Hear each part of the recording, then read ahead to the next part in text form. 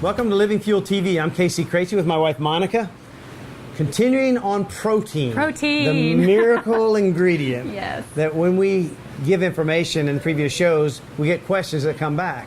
And the question now is, why do we like brown rice and yellow pea? Okay. Let me read from your book on page 305. It says, and I read this last week to you, Casey's preference on the perfect protein to take.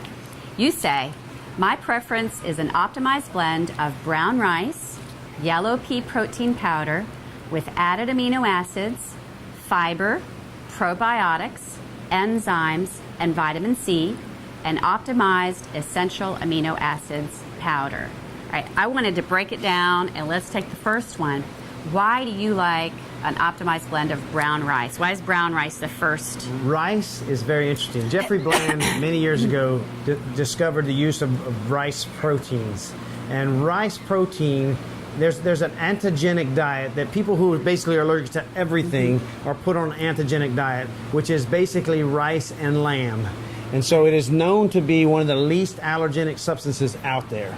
And then when you go with the yellow pea, you talk about putting peas and rice together or various vegetables together, you have a complement of amino acids. You have rice, which is lighter on the sulfur-based amino acids, and pea, which is stronger on some of those amino acids. And when you put them together and then you add to the equation certain essential amino acids to make the protein profile look like it is an egg, but from all plant sources. It is a very powerful combination, very clean and highly digestible. Now you also say that you like the probiotics added to that. Why? Because, you know, everything is about digestion. I mean, when you go in, people have a digestive tract which has good and bad bacteria in it.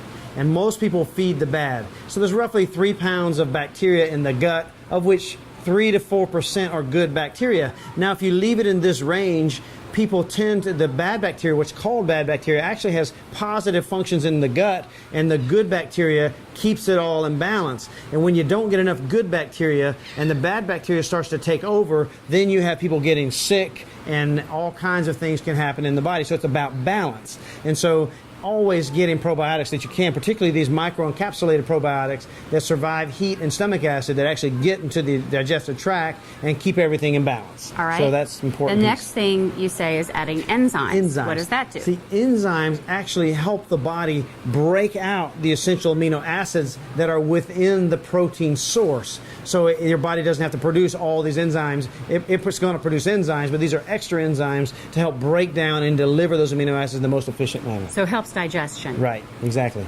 And the reason vitamin C is in there is because vitamin C, actually, there's a lot of research that would suggest that high protein tends to deplete the vitamin C levels in the body. So taking vitamin C along with the protein actually is a positive benefit. Can't hurt. Can't hurt, yes. All right, and then you said optimized essential amino acids powder. Which is a different product, obviously, but we've talked so much about what we're looking for in protein are the essential amino acids.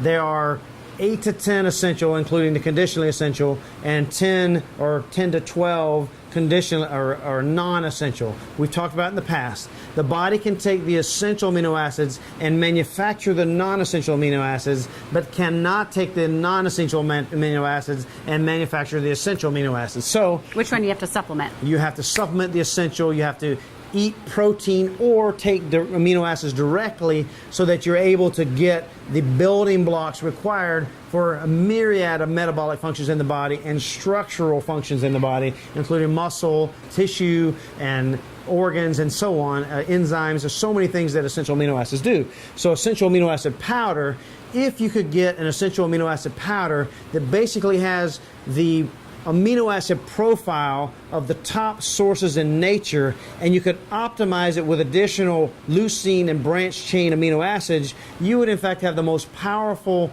quote, protein source or protein replacement that exists, because protein powders are absorbed, or amino acid powders are absorbed within just minutes, when a protein powder or protein source will take hours to digest at the rate of 6 to 10 grams per hour after the digestion starts. So essential amino acid powders are the best of all worlds if you could get the right one.